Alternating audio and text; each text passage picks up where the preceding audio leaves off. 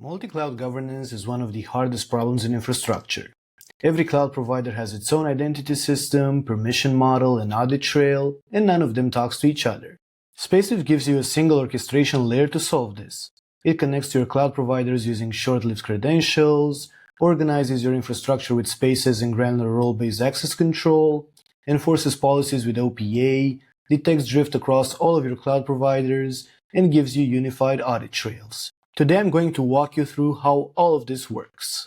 So the first thing you need to solve in MultiCloud is how your orchestration platform actually authenticates with your cloud providers. You don't want to use static API keys sitting in your CI/CD pipeline because that's one of the most common attack vectors in cloud infrastructure.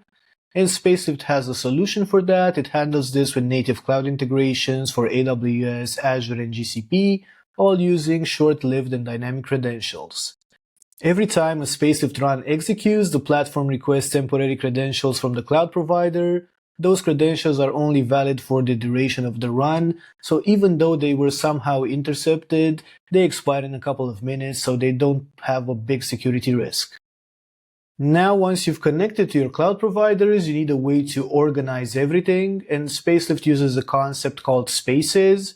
You should think of spaces as logical containers for your stacks, policies, contexts, cloud integrations, and worker pools. You typically start with a root space and build a tree structure that reflects how your organization works. And there are a couple of patterns that you can use. So you can basically organize your spaces by cloud provider. You will have a top-level space for AWS, one for Azure, and one for GCP, with subspaces for environments underneath. Or you can easily organize them by team, so your networking team has its own space, your data team has theirs, and nobody can accidentally modify the other team's infrastructure. And on top of that, Spacelift now uses custom roles with granular permissions, so you can define exactly what kind of actions a user can perform on which subjects within a specific space. For example, you can say something like user Bob can promote runs on stacks in the dev space, and this is basically the level of granularity you get. Implementing governance across your multi-cloud stacks is essential. Spacelift uses the Open Policy Agent as its policy framework and supports multiple policy types. You have plan policies that can help you control what kind of resources people can create and what kind of parameters these resources can have. Approval policies that control who can approve or reject runs. Push policies that control what happens when a pull request is created or merged.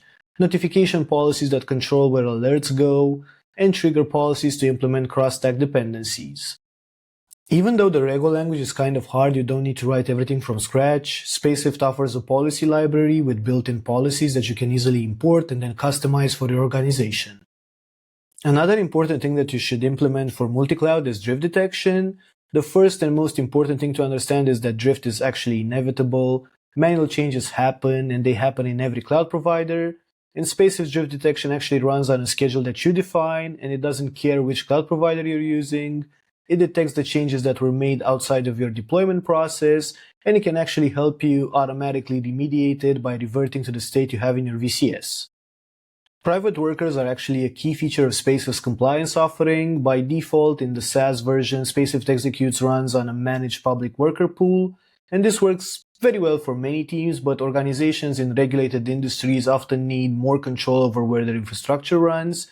And with private workers, you can actually host your own runner that executes Spacelift workflows inside your own cloud account or even on premises or Kubernetes.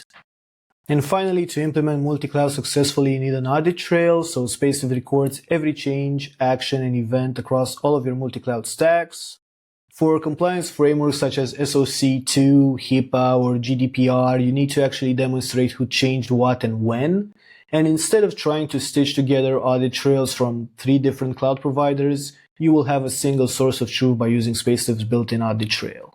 So this is how Spacelift actually helps you implement multi-cloud governance with a single orchestration layer. You get secure cloud connections with short-lived credentials, organized infrastructure with spaces, granular role-based access control, policy as coded OPA, drift detection across all of your providers, and the unified audit trail. If you want to learn more about Spacelift, try it for free, and that's it for this one. I'll see you the next time. Spacelift.